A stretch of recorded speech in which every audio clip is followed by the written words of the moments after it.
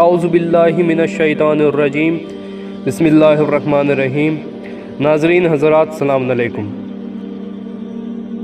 سن 61 ہجری 10 محرم الحرام کا آفتاب نہ صرف عالم اسلام بلکہ پوری انسانیت کے لیے غم و اندوہ اور کرب و اضطراب کے ساتھ طلوع ہوا۔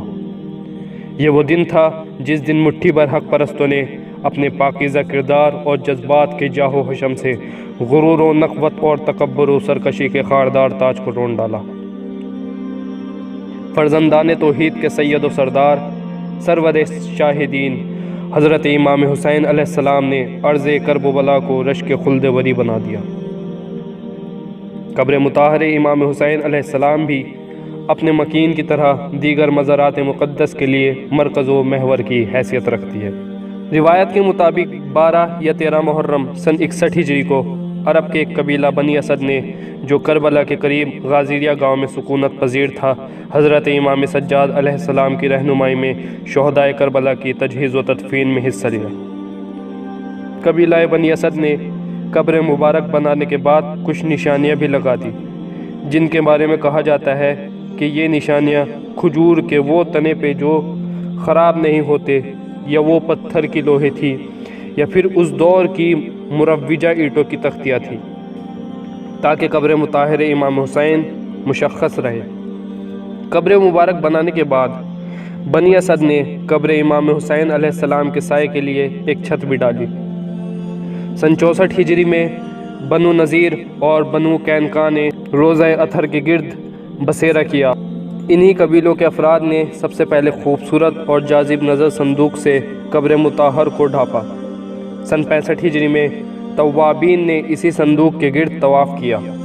یہ لوگ 4000 کی تعداد میں تھے۔ ان لوگوں نے فرط عقیدت سے تمام قبور شہداء پر عطر فشانی کی اور 3 دن وہاں قیام بھی کیا۔ سن 66 ہجری میں جب جناب مختار ثقفی نے کوفے کی کمان سنبھالی تو آپ نے قبر مطہر پر سب سے پہلے مسجد بنوائی۔ قبر اطہر پر آپ نے ہی چونے اور اینٹوں کا گنبد تعمیر کرایا۔ اس کام کی ذمہ داری جناب محمد ابن ابراہیم فرزندہ جناب مالک اشتر کو سونپی گئی۔ قبر اطہر پر بنایا گیا سفید چونے کا گنبد تاریخ اسلام کا پہلا گنبد ہے۔ قبر کے مشرق اور مغرب کے اطراف میں ایک ایک دروازہ بھی رکھا گیا۔ سن 146 ہجری میں عباسی حکمران ابو جعفر عبداللہ ابن محمد المعروف منصور عباسی نے محبان اہل بیت علیہم السلام پر ظلم کے پہاڑ توڑ ڈالے، حتیٰ کہ اس نے امام حسین علیہ السلام کی قبر کو بھی معاف نہ کیا۔ قبر مبارک پر موجود چھت کو منہدم کر ڈالا تاکہ زائرین سید الشہداء علیہم السلام اس میں پناہ اور سکونت حاصل نہ کر سکے۔ سن 158 ہجری میں بنو عباس کے تیسرے حکمران مہدی عباسی کے دور میں اس عمارت کو دوبارہ تعمیر کیا گیا۔ سن 171 ہجری میں عباسی حکمران ہارون رشید نے زائرین قبر حسین علیہ السلام پر زمین تنگ کر دی اور اطراف کی عمارتیں منہدم کر ڈالی۔ سن 193 ہجری میں قبر مطہر امام حسین علیہ السلام کو دوبارہ تعمیر کیا گیا۔ سن 198 ہجری میں جب مامون عباسی حکمران ہوا تو اس نے اپنی سیاست کو مد نظر رکھتے ہوئے محبان اہل بیت اطہار علیہم السلام کے جذبات کا احترام کیا۔ چنانچہ مامون نے زیارت امام حسین کے راستے عمومی طور پر کھول دیے اور مزار مقدس کی تعمیر کا سلسلہ شروع کر دیا اور وسیع حرم کی تعمیر کا حکم نامہ جاری کر دیا۔ سن 236 ہجری میں خلیفہ متوکل نے مزار امام حسین علیہ السلام کو تباہ و برباد کرنے کا حکم دیا اور قبر سمیت اطراف قبر کی زمین پر ہل چلانے کا حکم دیا۔ سن 247 ہجری میں متوکل کو دوبارہ خبر ہوئی کہ بادیہ نشین اور کوفے کے لوگ امام مظلوم علیہ السلام کی زیارت کے لیے جوک در جوک جا رہے ہیں اور وہاں ایک بازار بھی قائم ہو چکا ہے، تو اس ملعون نے ایک بار پھر ایک لشکر کو کربلا کی سمت روانہ کیا۔ سن 248 ہجری میں منتصر عباسی نے مزار کی دوبارہ تعمیر کا حکم دیا۔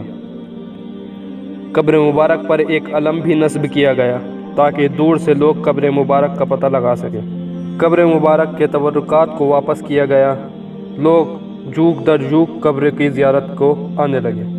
سن 273 ہجری میں عباسی حکمران طلحہ ابن جعفر متوکل المعروف موفق باللہ نے خاندان اہل بیت اطہار علیہم السلام سے کنہ و عناد کی بنا پر سازش کے ذریعے روز عرفہ ماہ ذی الحجہ میں جبکہ مزار مقدس میں زائرین کی ایک کثیر تعداد تھی عمارت کو زمیں بوس کر دیا، جس سے بہت سے زائرین شہید ہو گئے۔ جوجان کے حاکم محمد جب زیارت کے لیے آئے تو انہوں نے دوبارہ تعمیر کرائی۔ مزار مقدس پر ایک بلند گنبد تعمیر کرایا، 2 دروازے اور 2 دیوان بھی تعمیر کرائے۔ اس کے علاوہ حائر حسینی علیہ السلام کے گرد ایک دیوار بھی تعمیر کرائی۔ زائرین اور مجاورین کے لیے گھر بھی بنوائے گئے۔ سن 332 ہجری میں معیز الدولہ نے عاشورہ کے دن بغداد میں صف عزا بچھانے کا حکم دیا اور اس نے قبر مظلوم کی تعمیر ترقی کے لیے حکم دیا۔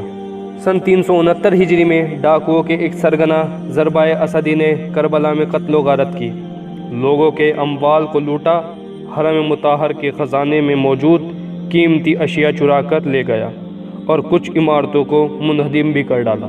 اسد الدولہ حاکم بغداد نے تمام اشیاء واپس حرم میں جمع کرائیں، روضہ اطہر کے گنبد کے سر نو تعمیر کرائی، ذریعہ مقدس کو ہاتھی دانت سے پختہ کرایا اور اہل شہر کے لیے پینے کے پانی کا انتظام بھی کیا۔ سن 780 ہجری میں سلطان احمد ابن اویس نے حرم کے اطراف میں 2 عمارتیں تعمیر کرائیں اور روضے کے صحن کو بھی توسیع دی۔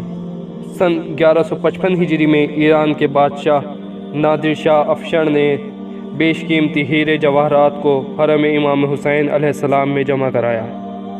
سن 1211 ہجری میں آغا محمد شاہ قجر نے عمارت کو سونے کی اینٹوں سے تعمیر کروایا۔ سن 1411 ہجری یعنی 1991 عیسوی میں جب صدام حسین نے عراق کی کمان سنبھالی اور اپنی تاناشاہی شروع کر دی، اس وقت حرم مظلوم کربلا علیہ السلام کو شدید نقصان ہوا۔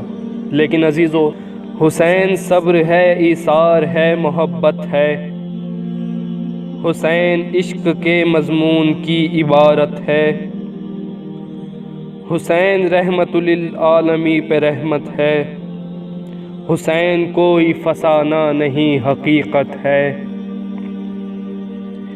جہاں میں اب بھی شہ مشرقین باقی ہے، یزید مٹ گیا نام حسین باقی ہے۔